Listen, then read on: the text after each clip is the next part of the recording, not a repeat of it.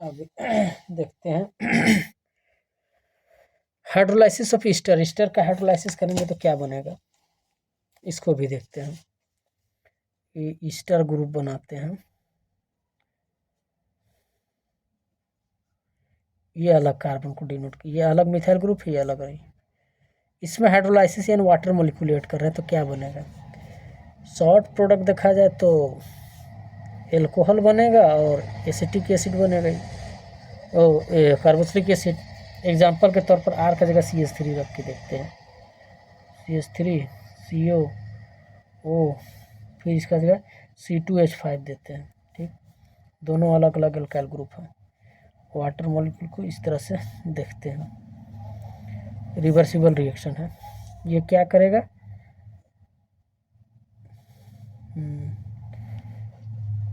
ठीक है, यहाँ से देखते हैं, यहाँ से याद रखिए ये जाके निकल जा रहा है ये ग्रुप।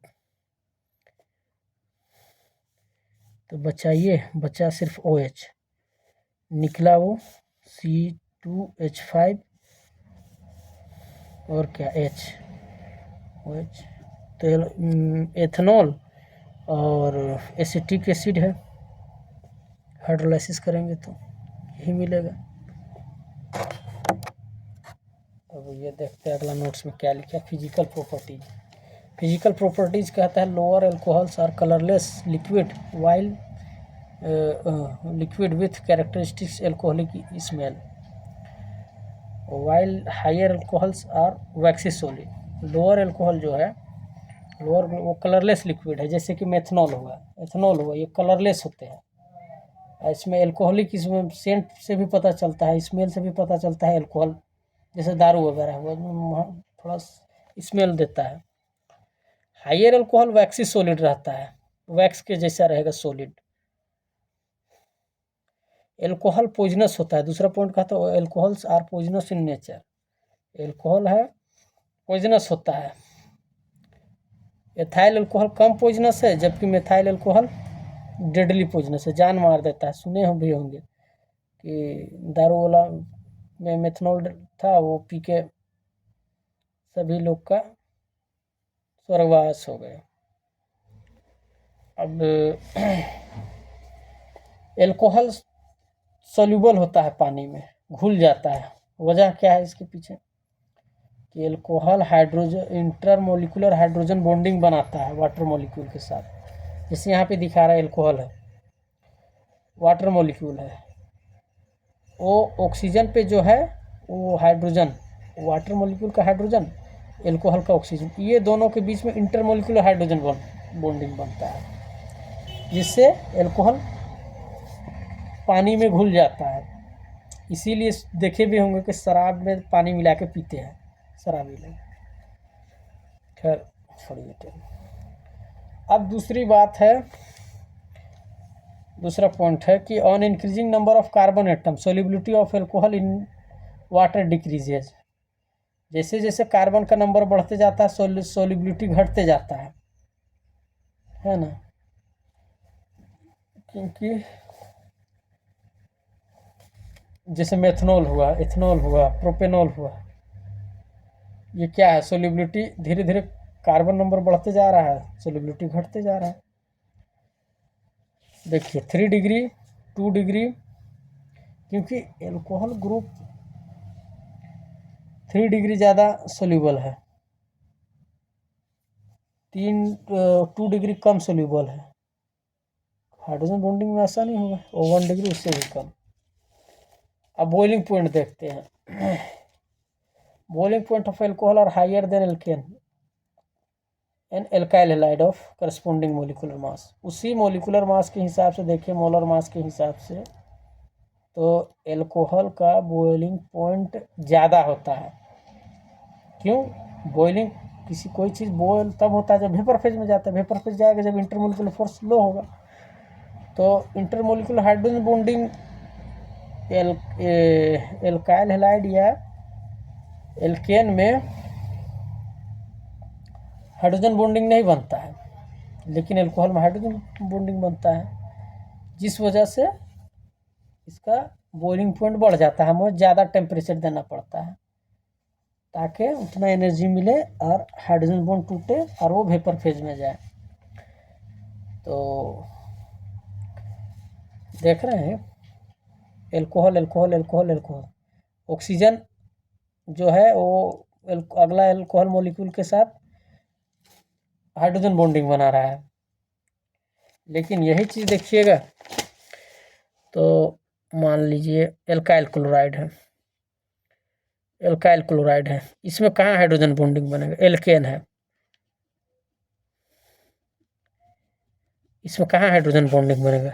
बनेगा ना, इसको हीट दीजिएगा उड़ जाएगा जल्दी, क्योंकि इसमें इंटरमोलिकुलर फोर्स है ही नहीं। On increasing number of carbon atom boiling point increase है, जैसे जैसे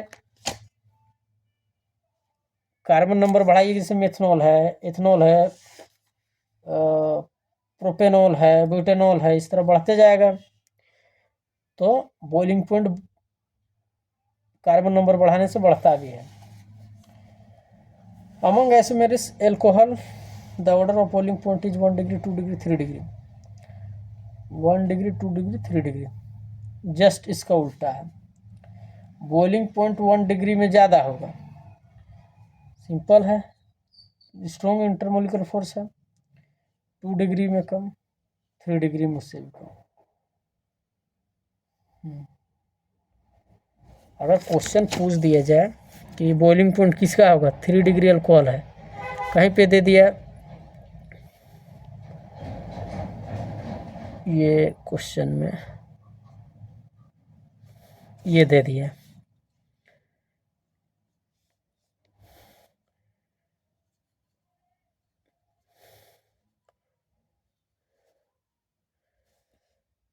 एक कोई भी दे रहे हैं ना, पूछ देगा यहाँ पे CH2OH, पूछेगा बॉइलिंग पॉइंट किसका ज़्यादा है, तो इसका है, सामने इंटरमोलिकुलर फोर्स है, इसमें उतना स्ट्रॉन्गली नहीं होगा इंटरमोलिकुलर। अब केमिकल प्रॉपर्टीज देखते हैं। The chemical reaction of alcohol are classified into classified into, पहला देख रहा है reaction due to OH bond breaking, दूसरा बोलता है कि reaction due to CO bond breaking.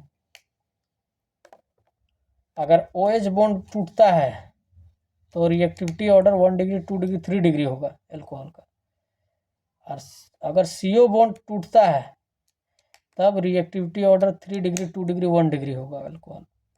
अगर OH बॉन्ड टूटता है तो क्या होगा, रिएक्टिविटी ऑर्डर 1 डिग्री का ज़्यादा रिएक्टिव होगा, 2 डिग्री उससे कम 3 डिग्री, और CO बॉन्ड टूटेगा तो 3 डिग्री अल्कोहल ज़्यादा रिएक्टिव होगा, 2 डिग्री उससे कम, 1 डिग्री उससे कम।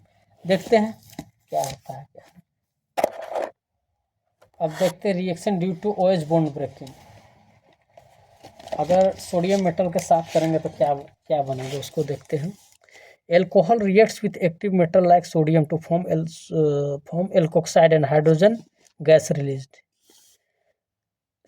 OH बॉन्ड देखते हैं उसके कारण क्या होता है कि मान लीजिए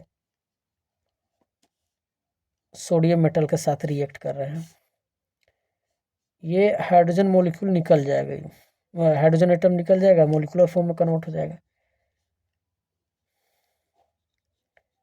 ये हुआ, ये स्कैप हो जाएगा, ये हो रहा है। एक्टिव मेटल जैसे सोडियम के साथ रिएक्ट कर रहा है, एल्कोक्साइड बना रहा है, एल्कोहल सोडियम मेटल के साथ रिएक्ट किया, एल्कोक्साइड बनाया, सोडियम एल्कोक्साइड। जैसे कि मेथनॉल है, उसको रिएक्ट कर रहे हैं सोडियम के साथ, तो क्या हो बनेगा, CH3, OH निकल जाएगा यहाँ पे और NH चला जाएगा, H लिखते रहे, ½ उसी को ही कर रहे हैं, स्केप हो गया। तो इसके साथ ये हो। अब देखते हैं फॉर्मेशन ऑफ ईस्टर कैसे होता है, स्टेरिफिकेशन, ईस्टर का बनना उसको स्टेरिफिकेशन कहते हैं। एल्कोहल रिएक्ट करता है कार्बोक्सिलिक एसिड के साथ, मान लीजिए एल्कोहल कार्बोक्सिलिक एसिड है, उसको रिएक्ट कर रहे हैं अल्कोहल के साथ, कार्बोक्सिलिक एसिड के साथ, ये एसिड क्लोराइड के साथ, ये एसिड एनहाइड्राइड, तो ईस्टर बनता है। जैसे कि एग्जांपल के तौर पर ये H2O स्केप हो जाएगा। ये तो क्या बचा, CO, ये अलग कार्बन है। फिर क्या बचा, OR, ईस्टर बना। इसको एक बेहतर से बताते हैं। ये एसिड क्लोराइड के साथ भी रिएक्ट हो सकता है। देख लीजिए, एसिड क्लोराइड, एसिड एनहाइड्राइड, यही चीज़ है। एसिड क्लोराइड के साथ का HCl निकल रहा है। इसमें क्या हुआ कि वाटर मॉलिक्यूल निकाले हैं। तो H2O को दिखा दीजिए। यहाँ पे क्या हो रहा है, एसिड क्लोराइड के साथ HCl बाहर निकल गया, तो बचा क्या, ईस्टर का ये ग्रुप बचा है। एसिड एनहाइड्राइड में एक टूट रहा है, ये चला गया, ये इसके साथ रिएक्ट कर रहा है। तो दोनों में एक कार्बोक्सिलिक एसिड बनेगा और एक ईस्टर बनेगा। देखिए यहाँ पे H गया ना, यहाँ पे H गया, यहाँ पे OR गया। OR ग्रुप यहाँ पे दिखा रहा है, H यहाँ पे जाके जुड़ गया। तो एसिड क्लोराइड के साथ, एसिड एनहाइड्राइड के साथ क्या हो रहा है, एक एसिटिक एसिड मतलब कार्बोक्सिलिक एसिड का ग्रुप आ रहा है और दूसरा ईस्टर का। देखिए सेम चीज़, वही चीज़ हो रहा है यहाँ पे। यहाँ पर रिएक्ट किया, एथाइल एसीटेट बना, वाटर मॉलिक्यूल निकल गया। पहला का रिएक्शन का एग्जांपल था। PCl5 वाला पता है ही कैसे करना है। Reaction due to CO bond breaking, PCl5 के साथ रिएक्ट कर रहा है तो वही बनेगा RCl-POCl3, मतलब एल्काइल क्लोराइड, फॉस्फोरस ऑक्सोक्लोराइड, मतलब फॉस्फोरस, और हाइड्रोक्लोरिक एसिड निकलेगा POCl3। अब देखते हैं PCl3 के साथ, मालूम है 3 मॉलिक्यूल एल्कोहल का रहता है। PCl3 के साथ रिएक्ट करता है, एल का 3 मोल ये बनता है, ये एल्काइल हैलाइड, फॉस्फोरिक एसिड निकल जाता है।